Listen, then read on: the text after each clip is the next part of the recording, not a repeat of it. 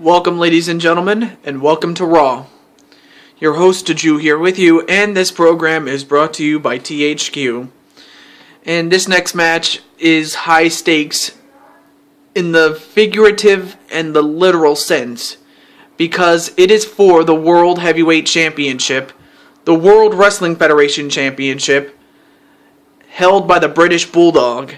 Now, the British Bulldog has been champion, and from what I understand, I've been told by my superiors, or my colleagues, I should say, I've been told that he has been attacking random superstars for no reason other than to prove that he's the champion. Well,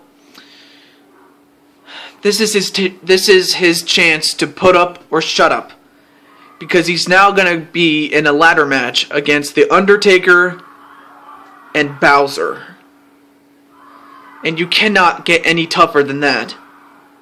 But we'll find out if the British Bulldog can indeed defend the championship. But with that said, let's begin.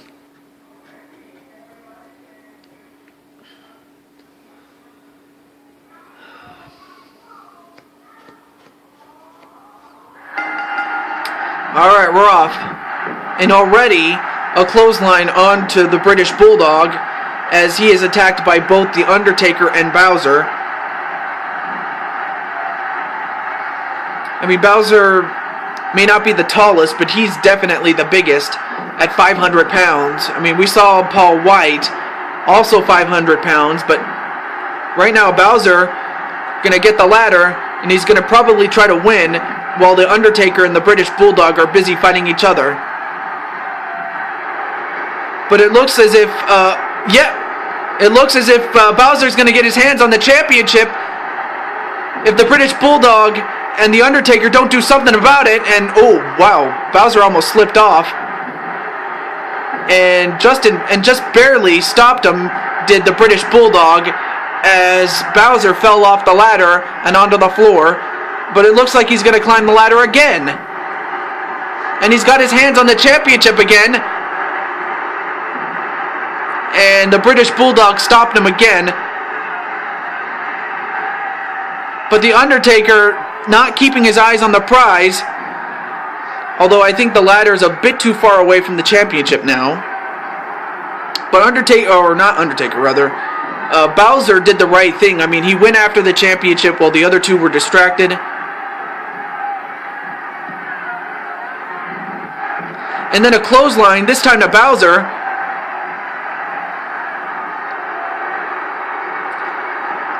And now both Bowser and the British Bulldog are on the top of the ladder. And then an elbow right to the head. And now what's he doing? Oh, and he just shoved him off. Did Bowser. And now Undertaker's going to go after him. All but smashed onto the ladder was the Undertaker. And wait a minute. And he knocks the ladder down, and both men... And what the hell? Wow! The Undertaker went underneath... Oh my god. Undertaker... It looked as if he went underneath the ring, only to come back out, and... Oh my god. I'm at a loss for words, folks. I'm sorry. I'm pretty much lost my mind. I've lost my sanity, because I could not believe what I had seen. But Undertaker, it looked as if he was buried under the ring, and yet he came back up. Then again, I guess he's the Undertaker, so why should I be surprised? Anyways, let's get back to this matchup. An armbar onto Bowser. Ooh, and a clothesline right to the British Bulldog. And then a spear right to the British Bulldog. And now Undertaker has the belt, and he pulls it down. And folks, we have a new champion.